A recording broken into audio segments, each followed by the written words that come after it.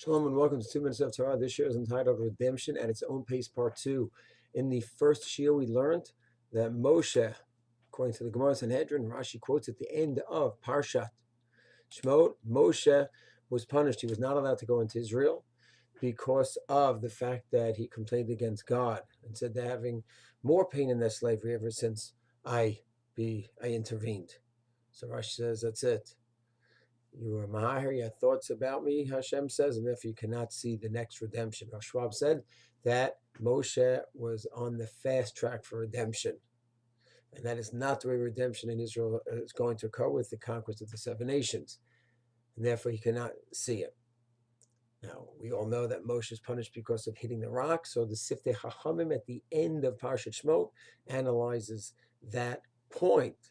Was he punished because of having thoughts about God's redemption, or was he punished because of the rock? So Siftei Chachamim works that out and gives a few different answers.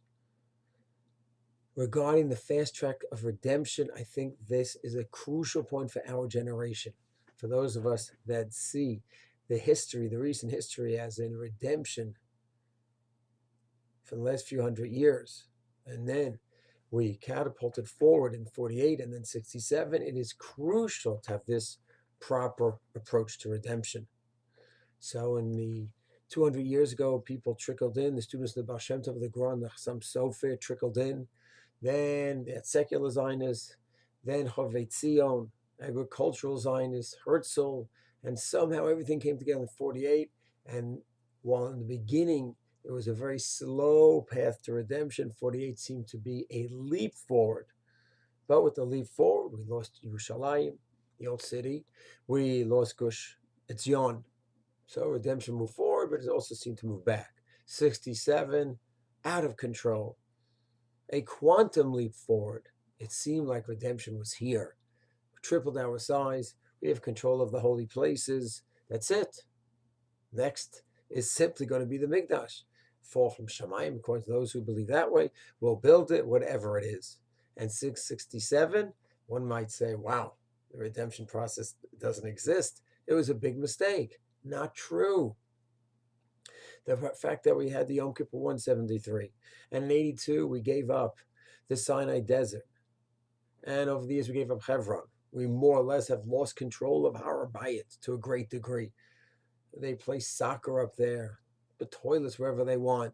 The biggest underground mosque in the Mideast is there, all in front of our eyes. We have no control, more or less. That's a major step backward. And then 2005, disengagement from Gaza. So one might say, wow, my thoughts on the redemption were off. It was a big mistake. Not true. You have to just reorient yourself and understand the redemption has its own pace. It's not your pace, it's not my pace, it's God's pace. It's at the Halam Be'ito, we say in Ashra every day. God does things at his pace, at his time. And therefore, sometimes we'll catapult forward in 4867. Sometimes we'll go back a few steps. And sometimes we'll inch forward, like the Gemara in Yerushalmi says, kimma, little by little. We have to do everything right in our control to move the process along. Torah, mitzvot, tefillah, in my opinion, we have to be very involved in the Mikdash process as well. Each one according to his level, according to his or her posek. But with all our involvement and all the right actions, still redemption will have God's pace, not necessarily our pace. It's a very important idea to understand. And if we understand and inculcate this approach into our psyches, into our minds and souls and hearts, then if God forbid we suffer more setbacks, it won't be a philosophical question. Oh my gosh, this is a challenge to redemption. Who says? Redemption is going at its own beautiful pace. Sometimes it is madhim to us and we see how gorgeous it is, and sometimes it's a little bit painful, but it's Hashem has it all worked out, and we should just enjoy the beautiful ride and do everything in our power to move it ahead. Shalom.